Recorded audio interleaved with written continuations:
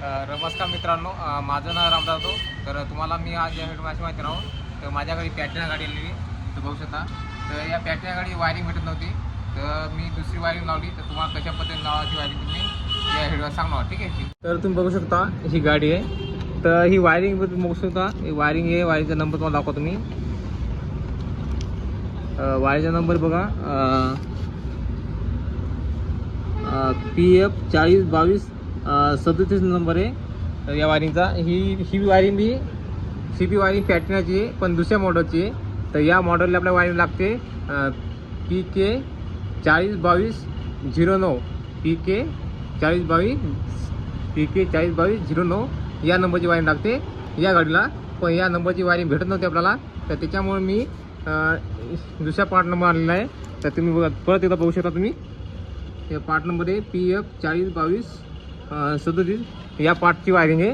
तर तुम्हाला कधी या नंबरची वायरिंग नाही भेटली कदाचित, तर तुम्ही या नंबरची वायरिंग आणू शकता. म्हणजे जी कंपनीची वायरिंग नाही भेटली तर दुसऱ्या गाडीची वायरिंग आपण लावू शकता याला. तर त्यातले चेंजेस काय करा तुम्हाला मी या व्हिडिओच्या माध्यमातून सांगायचा प्रयत्न करतो, ठीक आहे. तर यातले चेंजेस, थोडीफार चेंजेस काय तुम्हाला दाखवतो मी. तर चेंजेस असे मित्रांनो, तर इथं काही आपल्या इंडिकेटरची डबी असते ना, फॅशर आणि आपल्या हेडलाईट, हे दोन्हीची एक डबी होती. तर म्हणजे चारही वायरना एकाच नव्हते. इथं अशी एक डबी होती, म्हणजे तुम्ही बघू शकता अशी डबी होती. तर ही डबी मी कट केली आणि कट करून ती समोर तुम्हाला दाखव. चारही पिनची एक डबी होती तिथं.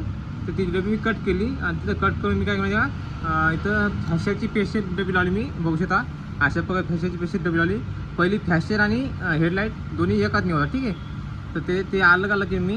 तर या न्यू ऑडिओमध्ये ते एकाच नाही होतं, तर ओल्ड मॉडेलमध्ये अलग अलग होतं.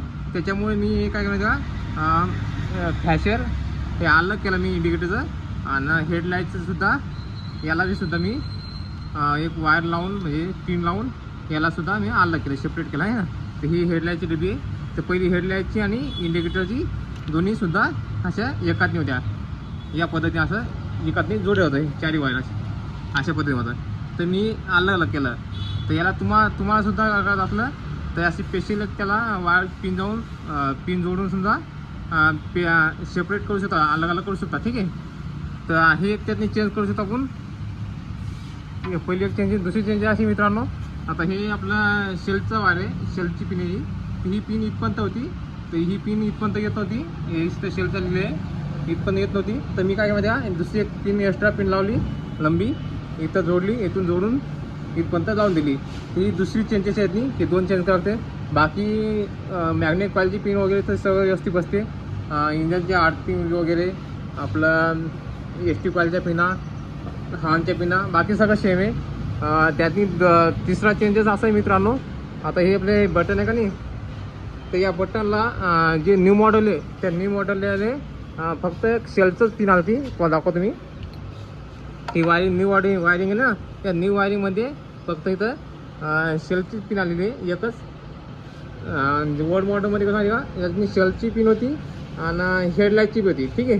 तर यातनी हेडलाईटची आण नाही, तर फक्त शेल्फची आलेली आहे.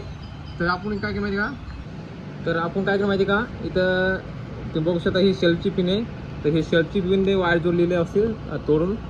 याच्या 5 वायर असते, तुम्ही बघू शकता या 5 वायर आहे. हे एक आहे, हे 5 लाईटचा वायर आहे. ते 5 लाईटचा वायर आपण कट केला. हे दोन्ही ते हेडलाईटचे, म्हणजे आपण बटन दाबलं तर हेडलाईटचा सप्लाय या बटनमध्ये येत होता. याच्यातून मी कट केला. तर हे 2 वायर मी काय केलं, 2 वायर काढल्याचे आणि एक इथं वायर लावला, एक आपल्या हेडलाईटच्या वायरला, म्हणजे याच्यातनी करंट येते, इथून करंटचा सप्लाय येते मॅग्नेटचा. तर हे सप्लाय मी इथून असा डायरेक्ट इथून या बटनमध्ये घातला.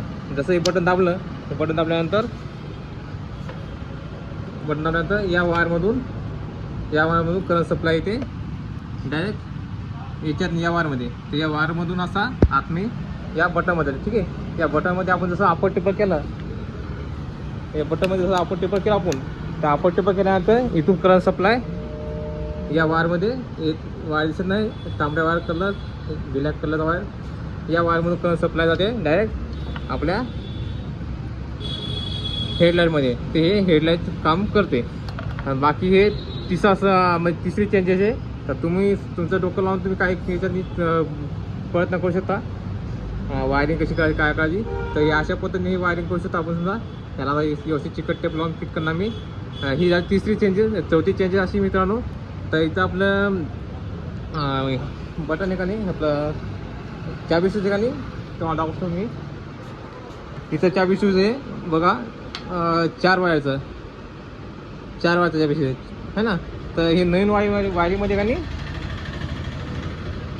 नवीन वायरिंगमध्ये फक्त 2 वायर चाललेलं आहे. तर आपण हे 2 वायरची चाबी शूज लावू शकतो. आपण याला 2 वायरचे चाबी शूज लावून फिट करू शकतो. तर 2 वायरचे नाही भेटलं तर आपण त्यातले 2 वायर आपण लावून याला फिट करू शकतो. मग 4 वायरचं घेणं नाही याला, त्यातले 2 वायर घ्यायचे आपण या कलरचे, व्हाईट कलरचा आणि एक कलरचा 2 वायर घ्यायचे आणि त्याला चाबी शूज फिट करायचं. तर अशा पद्धतीने तुम्ही वायरिंग फिट करू शकता तुमच्या पॅटिना गाडीला. ते पॅटिना गाडी कोणती बघू शकता तुम्ही, 125 पॅटिना आहे, लिकेज आहे, ती ही गाडी आहे.